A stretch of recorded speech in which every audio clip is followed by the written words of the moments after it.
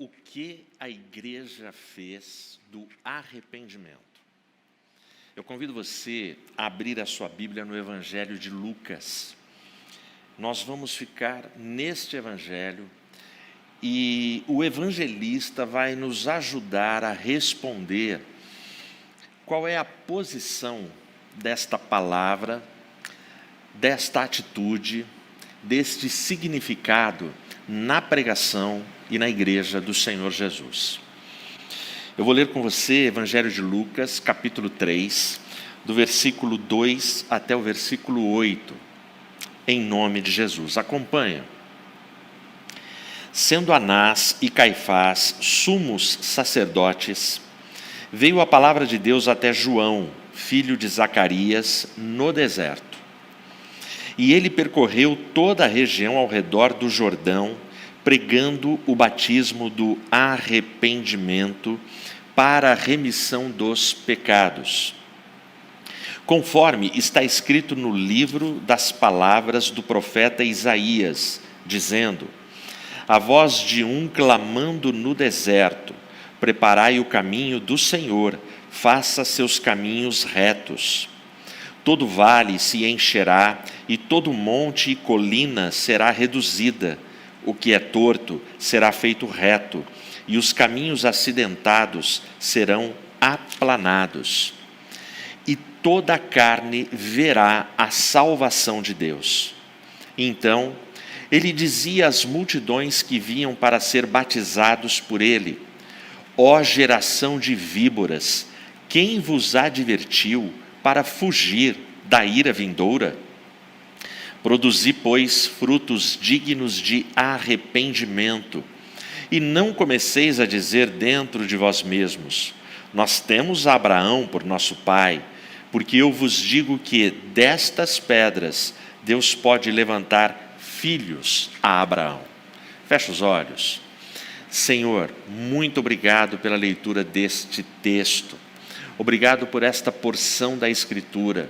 Obrigado, Senhor, pela possibilidade de compartilhar o Evangelho e a Tua Palavra com todos esses irmãos e amigos que têm nos acompanhado e aqueles que assistirão depois. Fala conosco, fala com o Teu poder, o Teu amor e a Tua graça. Em nome de Jesus. Amém. A pregação do Evangelho, ela começa, ela se mantém e ela tem a sua continuidade com esta palavra, arrependimento. A pregação do Evangelho, ela provoca, ela incomoda, ela confronta. A pregação do Evangelho, ela tira a você e a mim da nossa zona de conforto. A pregação do Evangelho, ela mexe com os nossos hábitos, os nossos costumes, os nossos vícios, os nossos pecados. A palavra principal, a palavra radical, a palavra usada por João Batista no deserto era: arrependei-vos. Arrependei-vos e crede no Evangelho. Ou seja, o arrependimento na pregação da igreja neotestamentária, da igreja primitiva, o arrependimento era coluna basilar, essencial. E o que é que a igreja tem feito do arrependimento? Se você acompanhou atentamente a leitura aqui do evangelista, quando vai falando sobre João, diz que João ele está cumprindo palavra profética de Isaías. É muito interessante quando você pensa na figura de João Batista pregando no deserto. Ora, por que é que ele não foi pregar no centro de Jerusalém? Mas é muito interessante que a pregação de João Batista, ela era tão radical, ela era tão assertiva, tão certeira, que as pessoas saíam das suas casas, saíam da sua zona de conforto, saíam dos seus centros de poder e de influência e iam até o deserto para ver, para ouvir o que é que aquele profeta, aquele homem ou aquele louco estava pregando. Mas independente da audiência, independente das pessoas que iam, João não mudava a sua pregação. Arrependei-vos. E o que é arrependimento? Arrependimento tem a ver com mudança, tem a ver com pesar. É quando você tem um peso muito grande, quando você reconhece que você cometeu um mal, que você tem feito coisas, praticado coisas, falado coisas que são essencialmente maldade, são procedimentos errados, procedimentos que dividem, que destroem, que não edificam. Arrependimento, na perspectiva bíblica, tem a ver com: eu reconheço o meu pecado, eu quero me afastar totalmente do meu pecado e me aproximar de Deus. Então, o arrependimento aponta para mudança de atitude, mudança de comportamento, mudança de pensamento. Evidente, todos nós sabemos que mudanças, elas acontecem paulatinamente. Algumas mudanças, elas acontecem de forma instantânea, mas existem outras que vão demorar mais. Mas, essencialmente, esta palavra revela que o ser humano só estará disposto a mudar se verdadeiramente arrependimento acontecer no seu coração. E presta atenção nas palavras que João Batista usa. Ele diz que com o arrependimento, quando ele prega aqui no versículo 3, pregando o batismo do arrependimento para a remissão, para a quitação dos pecados, ele diz aqui, o versículo 5, todo vale se encherá, todo monte e colina serão reduzidos, o que é torto será feito reto, e os caminhos acidentados serão aplanados. A gente vive um tempo onde o que é certo está sendo feito errado. Aquilo que é verdadeiro estão chamando de mentira. Ou seja, a gente vive um tempo de uma total inversão de valores. Mas João, ele está dizendo aqui, o evangelista está comunicando para a gente, que aquilo que é torto com o evangelho vai ficar certo. Aquilo que é um caminho acidentado com o poder do evangelho será aplanado. Mas a exigência que o evangelho faz e a pregação de João Batista fazia era: arrependam-se. É necessário arrependimento. Ora, alguém que está me ouvindo aí pode falar assim: bom, mas isso aí foi a pregação de João Batista, pastor Ed. Deixa eu te contar, a pregação, o conteúdo do arrependimento no Evangelho, vale para todos os Evangelhos, para o ministério de Jesus e para todas as cartas do Novo Testamento.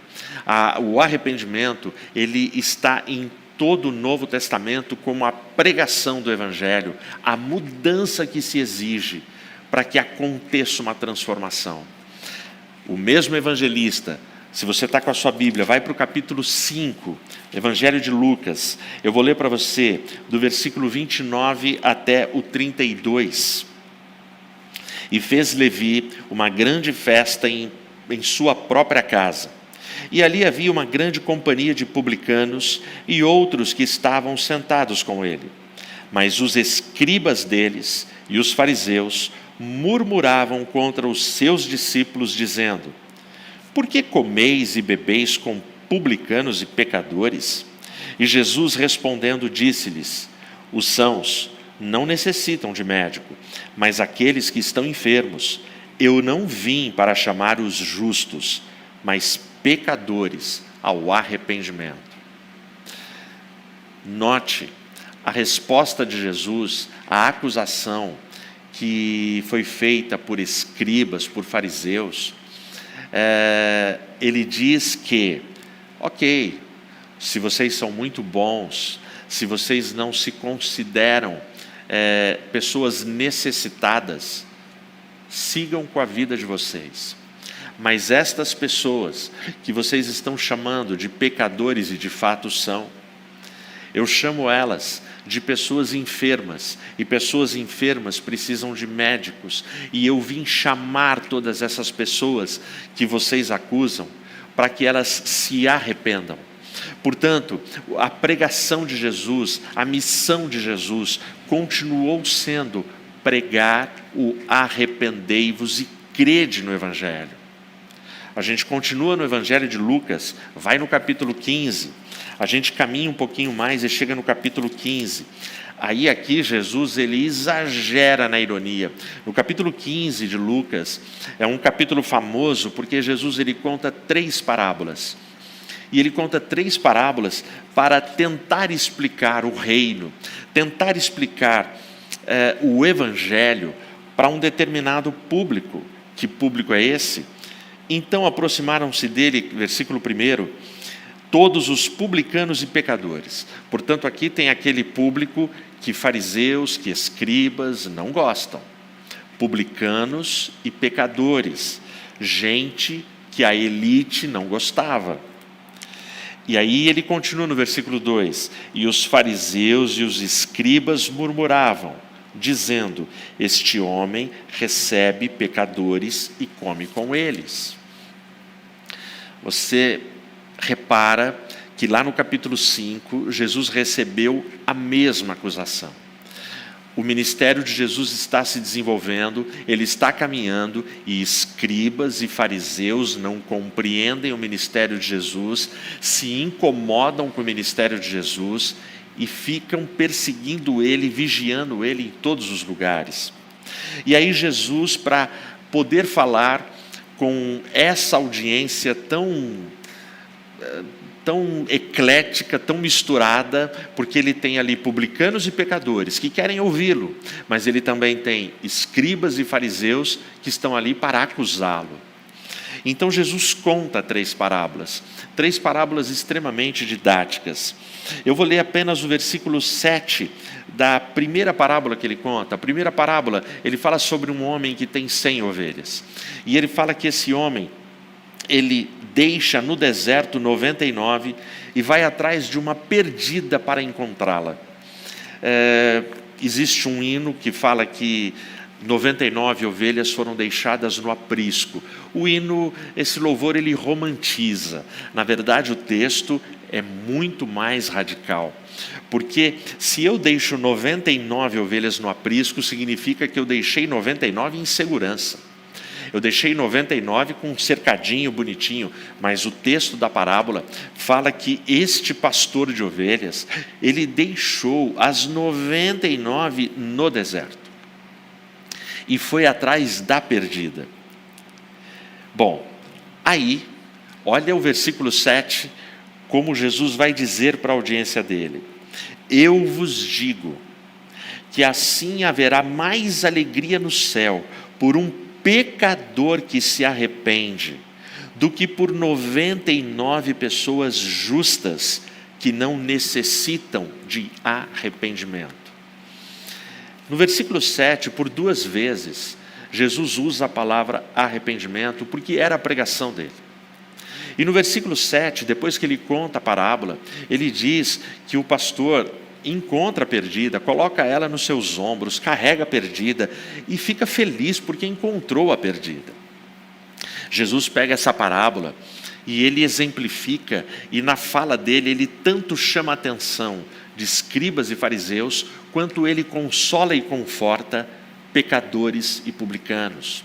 Porque pecadores e publicanos na parábola de Jesus são as ovelhas perdidas, são as ovelhas que precisam de socorro, precisam de salvação.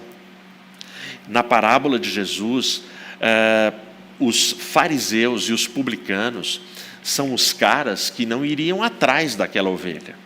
Mas Jesus está falando disso. E aí no fechamento dele eu quero dizer para vocês que há muito mais festa no céu, acontece festa no céu, quando um pecador se arrepende, do que por 99 justos que não precisam de arrependimento.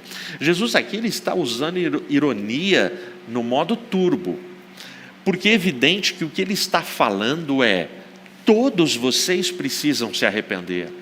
Porque o Evangelho é muito claro, nós somos pecadores. O mundo está repleto de pecadores, e pecadores precisam de arrependimento, de pesar, de drama na consciência, de mudança de postura, de reconhecer que as suas práticas afrontam o Evangelho. E infelizmente, esta é a situação que a gente tem assistido. E aqui nesse ponto eu quero parar e perguntar para você: o que a igreja fez do arrependimento? Porque, como igreja, nós temos a missão de pregar. Ora, se a igreja, em grande parte, eu não estou falando todas, mas grande parte da igreja evangélica brasileira abriu mão de pregar sobre o arrependimento, mas ela tem a missão dada pelo Cristo, o dono da igreja, ela tem a missão de pregar. Ora, se ela não está pregando o arrependimento, alguma coisa ela está pregando no lugar, porque os espaços não ficam vazios. Sabe aquele dito popular, mente vazia, oficina do diabo? Quando você está com o coração vazio, a mente vazia, quando você está na sua ociosidade, na sua preguiça carnal, eu não estou falando de merecido descanso, eu não estou falando do Shabá, eu estou falando da preguiça pela preguiça pela preguiça. É oficina do diabo. Davi que o diga. Davi, o texto do seu adultério começa com as seguintes palavras: no tempo, quando todos os reis saíam em campanhas para batalhar, para guerrear, Davi ficou no palácio. É justamente quando Davi fica no palácio que ele é atacado, que a tentação vem, que ele cede, que ele cai e que ele faz uma desgraceira por conta de um ato irresponsável. Por conta de um ato, uma desgraceira acontece em toda a sua família. Então, o que a igreja está pregando? O que a igreja evangélica está pregando? E me assusta. Eu tenho visto isso. Eu vou te falar 3 coisas, com 3 palavras que a igreja está pregando hoje em dia. A primeira é bastante óbvia. A primeira é uma palavra que eu tenho insistido nas minhas pregações. Você que me ouve, me acompanha, tem ouvido eu falar sobre isso. A primeira palavra é a palavra amor. A igreja hoje fez a opção de pregar o amor.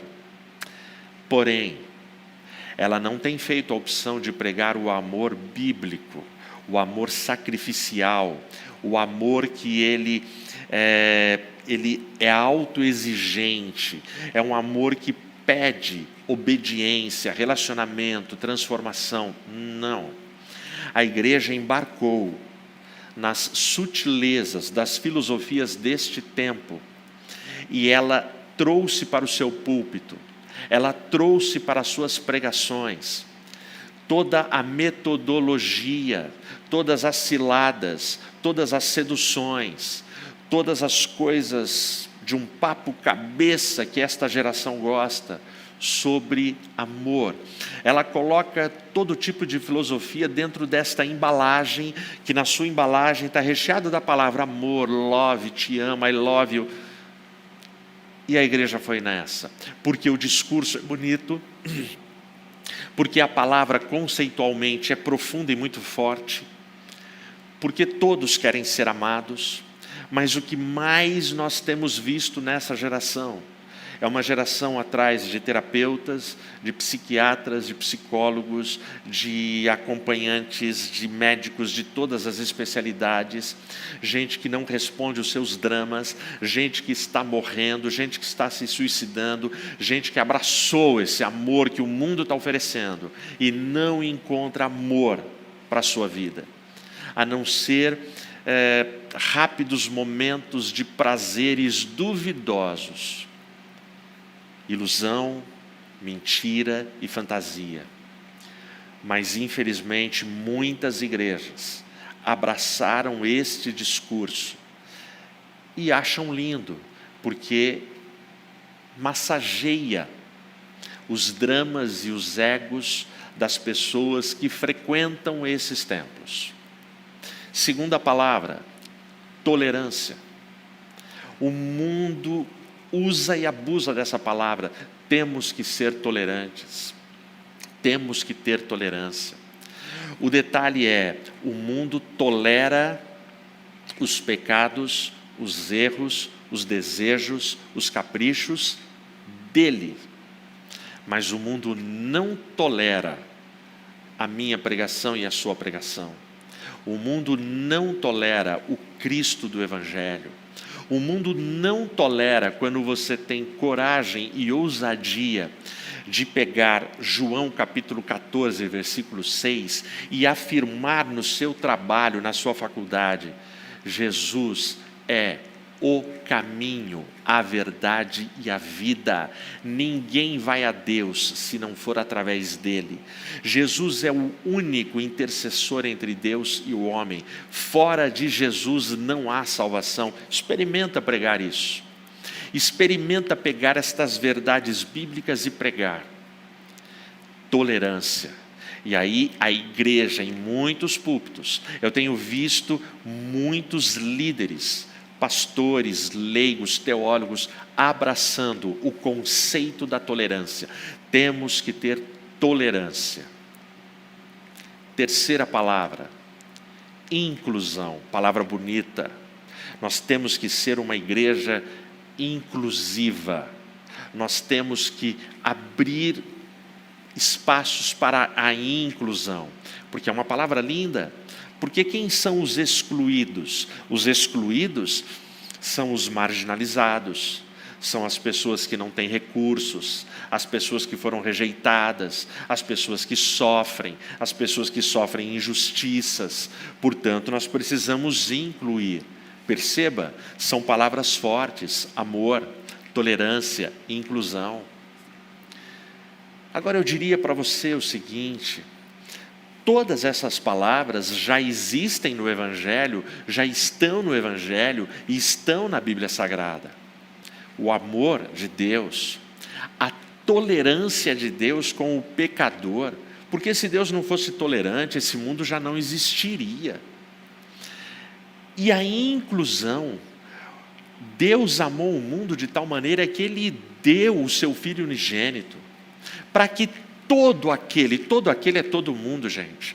Todo aquele é todo nível de pessoa, toda classe social, todo, sabe, se é bandido, se não é bandido, o pior pecador do mundo, todo aquele que nele crer, tenha a vida eterna. Agora, quando eu creio, eu mudo. Quando eu creio, eu me arrependo. Portanto, o arrependimento é pregação cardeal, necessária. As palavras que eu te falei são apenas 3 exemplos, tem outras. Palavras que roubaram e assaltaram os nossos púlpitos. A internet. Estas palavras, elas são poderosas, são palavras profundas, de significados profundos. Diria para você, significados que o cristianismo já fez mais por essas palavras do que qualquer outra filosofia ou ideologia. Mas o detalhe é, vamos revisar os significados, porque a gente vive um tempo de revisionismo na história. Gente querendo dizer que o Holocausto não foi tudo isso. Percebe? A gente vive um tempo perigoso, a gente vive um tempo extremamente complicado para se viver. Ora, então estas palavras, elas foram colocadas no lugar, e aí você não vê mais e não ouve falar mais de arrependimento. Bom, mas isso foi lá na época de Jesus. Jesus veio, cumpriu a missão, morreu, ressuscitou. Agora, pastor, ficou só o amor. Deixa eu te falar, todos esses discursos, o problema deles é que eles têm uma porcentagem de verdade e misturam com a mentira que eles querem, e aí causa confusão. Sim, Jesus cumpriu tudo. Jesus morreu e ressuscitou, mas a igreja seguiu. A igreja tem o exemplo dele, tem as ordens dele. E eu vou ler para você as ordens dele depois da ressurreição, aqui no Evangelho de Lucas. Vai no capítulo 24. É o último capítulo aqui do evangelista. Eu vou ler do 44 ao 49, palavras de Jesus. E ele disse-lhes: estas são as palavras que eu vos falei, estando ainda convosco, que era necessário que se cumprissem todas as coisas que foram escritas a respeito de mim na lei de Moisés e nos profetas e nos salmos. Então ele abriu o seu entendimento para que eles pudessem compreender as Escrituras. E disse-lhes: assim está escrito, e assim convinha que o Cristo sofresse e ressuscitasse dos mortos no terceiro dia, e que em seu nome se pregasse o arrependimento e a remissão dos pecados a todas as nações, começando por Jerusalém. E vós sois testemunhas destas coisas. E eis que eu envio sobre vós a promessa de meu Pai, mas ficai na cidade de Jerusalém, até que do alto sejais revestidos de poder. Palavras de Jesus Cristo. Aqui ele já ressuscitou. A pregação do arrependimento para a remissão de pecados, nas palavras dele, deveriam começar em Jerusalém e alcançar o mundo inteiro. Glória a Deus, alcançou. Glória a Deus que todas as igrejas que vieram nesses milênios e nesses séculos cumpriram com a sua missão. Será que nós, no nosso turno, nós vamos baixar a guarda e nós vamos ceder para que todo o liberalismo teológico assalte os nossos púlpitos e cause uma apostasia assim sem medidas nas nossas comunidades? Infelizmente, essa realidade que eu estou falando para você já está acontecendo em muitas comunidades pequenas, médias, grandes, sérias, históricas, outras novas, tradicionais, modernas, em todos os lugares. A teologia liberal, ela entrou de um jeito assim, arrebentando com tudo, e muita gente cedendo à sua pregação e ao seu discurso. Mas Jesus, ele é enfático: vão para Jerusalém e fiquem lá até que do alto sejais revestidos de poder. Nesse ponto da minha reflexão com você e desta provocação, em cima da palavra arrependimento, eu quero compartilhar com você rapidamente alguns resultados da igreja ter aberto mão da sua primazia de pregar sobre o arrependimento verdadeiro e bíblico. Primeiro, Cristo, em muitas comunidades, deixou de ser o centro. Ele não é mais o centro. Cristo deixou de ser o centro. Ele parece estar no centro. Ele ilude, porque o nome dele é usado o tempo todo, porque ele está nos louvores, porque as pessoas erguem as mãos. Porque é lindo falar sobre tolerância, inclusão e esse amor que abraça tudo. Mas Cristo já não está no centro. E por que ele não está no centro?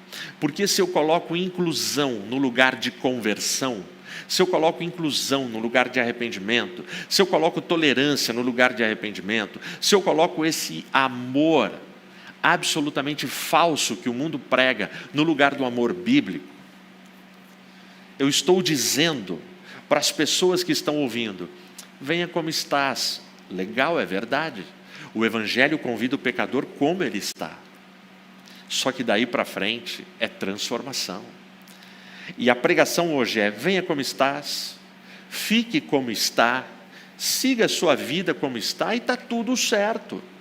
E eu te amo, você me ama e vamos tocar a nossa vida. Você está entendendo?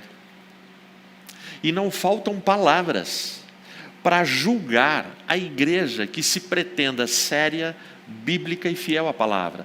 Vocês são legalistas, vocês são radicais, vocês são fundamentalistas. Eu publiquei nas minhas redes sociais uma frase de Lutero que eu achei tremenda. ele diz assim: que o mundo se ofenda com as minhas palavras, mas não Deus. Então, para ficar bem com o mundo e não queimar o meu filme, para ficar bem com a galera, ficar bem com meus brother, ficar bem com a comunidade, então eu vou falar o que a comunidade quer ouvir, eu vou pregar o que as pessoas querem ouvir para poder massagear o seu coração, os seus erros, os seus pecados, e aí está tudo bem. Mas eu vou ofender o dono da igreja. E isso não dá para acontecer. Portanto, Jesus não é mais o centro. Segunda e última coisa que eu quero compartilhar com você. No momento que eu abro mão de arrependimento, e eu introduzo, quando eu digo eu estou falando de muitos líderes da igreja evangélica brasileira, fora do Brasil, nesse mundo de meu Deus. Quando se abre mão do arrependimento e da pregação na simplicidade e profundidade bíblica, você abriu espaço para que um monte de teologias confusas, duvidosas, frágeis, recheada de inconsistências, elas penetrem. Qual é o resultado? Você tem uma comunidade cristã hoje confusa e frágil. Um alvo perfeito para Satanás, um alvo perfeito para o inferno, que se alegra, que vibra com tudo isso que está acontecendo. E aí eu termino e chego na minha conclusão dizendo para você o seguinte: ide para Jerusalém, ficai lá até que do alto sejais revestidos de poder. Com essa frase, esse conselho de Jesus para a igreja nascente, para a igreja primitiva, eu diria para você que eu e você precisamos ficar na nossa Jerusalém, nossa comunidade, nossa família, a simplicidade desse livro, abraçar esse livro e orar para ouvir Deus falar ao nosso coração, para que Deus confirme no nosso coração o seu evangelho, as suas doutrinas. Eu diria mais: como igreja, nós precisamos nos arrepender e voltar à pregação do arrependimento, porque é a partir do arrependimento verdadeiro, é a partir do momento que a gente abraça todas as orientações bíblicas, que a gente vai ter a ousadia de viver amor, tolerância e inclusão, pregando a verdade e o evangelho. Ah, pastor, e quem não aceitar e não quiser? Não tem problema. Não é obra minha e tua converter quem quer que seja. Isso é obra do Espírito Santo. Aqueles que têm que ficar, vão ficar. Quem não tem que ficar, você pregou, você fez a sua parte. Mas pregue ousadamente, pregue com coragem e pregue a palavra. Não saia desse texto, não saia desse livro e não se deixe hipnotizar e se seduzir por todas as propostas que o mundo tem enviado, mas abrace o evangelho. Eu sou igreja de Deus, você é igreja de Cristo. O que é que a igreja tem feito com arrependimento? Eu não sei o que a igreja tem feito, mas eu tenho prometido em oração firmemente ao meu Deus. Eu quero pregar o evangelho de Cristo, porque foi o evangelho de Cristo que me salvou e que tem me ajudado. Portanto, ele é o poder de Deus para a salvação de todo aquele que crê. Não baixe a guarda, mas defenda a sua casa, a sua família, a sua comunidade, erguendo este evangelho, e proclame ousadamente: arrependei-vos e crede para a remissão dos vossos pecados. Que Deus te abençoe. Amém.